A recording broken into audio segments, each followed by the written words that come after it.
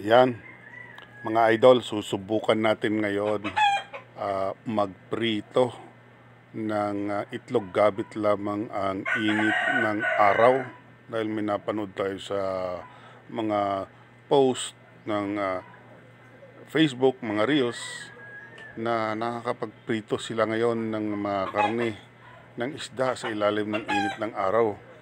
Ibig sabihin nun, napakainit na talaga ng panahon natin. Kaya ito, lagyan natin ng mantika.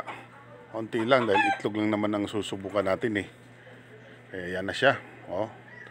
Ating ibibilad muna sa init ng araw para matiyak natin kung talaga bang tunay ang mga videos na yon na pinopost sa Facebook na ang init ng araw daw ay kayang magprito. Yan upang ma-check ng lahat, walang duda.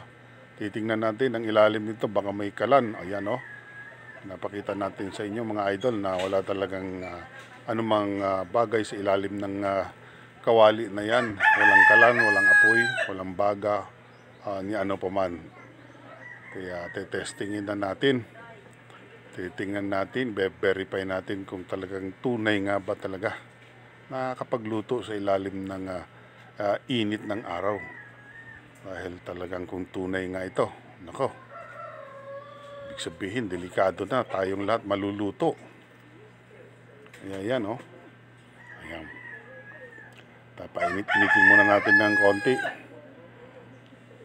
para talagang mabigla na paglagay ng itlog mamaya makikita natin ang reaksyon ng mantika. Ayan na po, biniyak ng itlog ng aking anak. Ayan, nilagay ng itlog. Ay nako, parang walang nangyayari. Teka muna.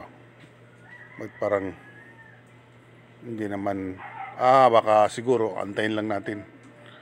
Baka mamaya lang ng konti may reaksyon na rin yan. Kasi nakita ko sa Facebook talagang agad-agad tumutunog-tunog pa. Yung prito, napakainit ng mantika noon. Eto, nilagyan ng asin para, ayan, okay daw, okay. Sabi ng aking anak, okay daw, thumbs up yun ayan. Kaya yan na. Okay, sinicheck ng mabuti. Anong ibig sabihin nun? Walang reaksyon? Antayin lang natin. Hindi naman sigurong lokohin tayo ng mga nag-post noon sa, ayan, tignan natin, i-zoom natin mga idol. Titingnan natin ang reaksyon. Ayan nagbabago na ang kulay ng puting itlog.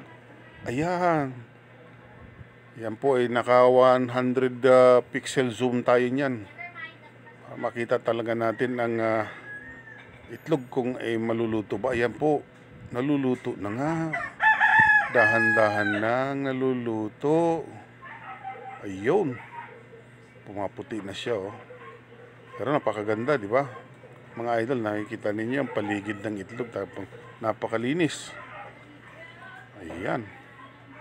Kumukulo-kulo na konti yung mantika. Wow, galing naman.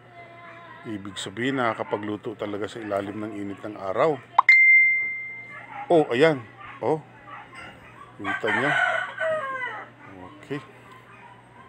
So, dito po ay napatunayan po natin na sa eksperimentong ito, talaga pong may ibig sabihin ito.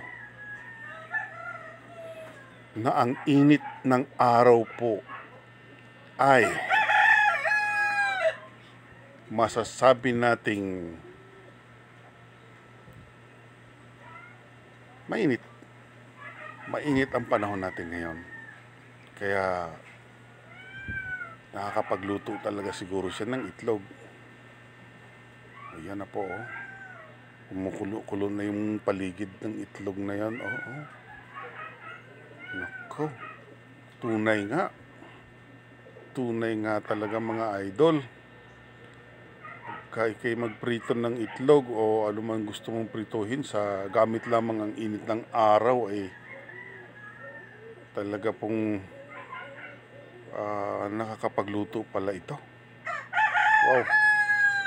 Amazing! Amazing! Oops, teka muna, bakit ganon? Ay siya!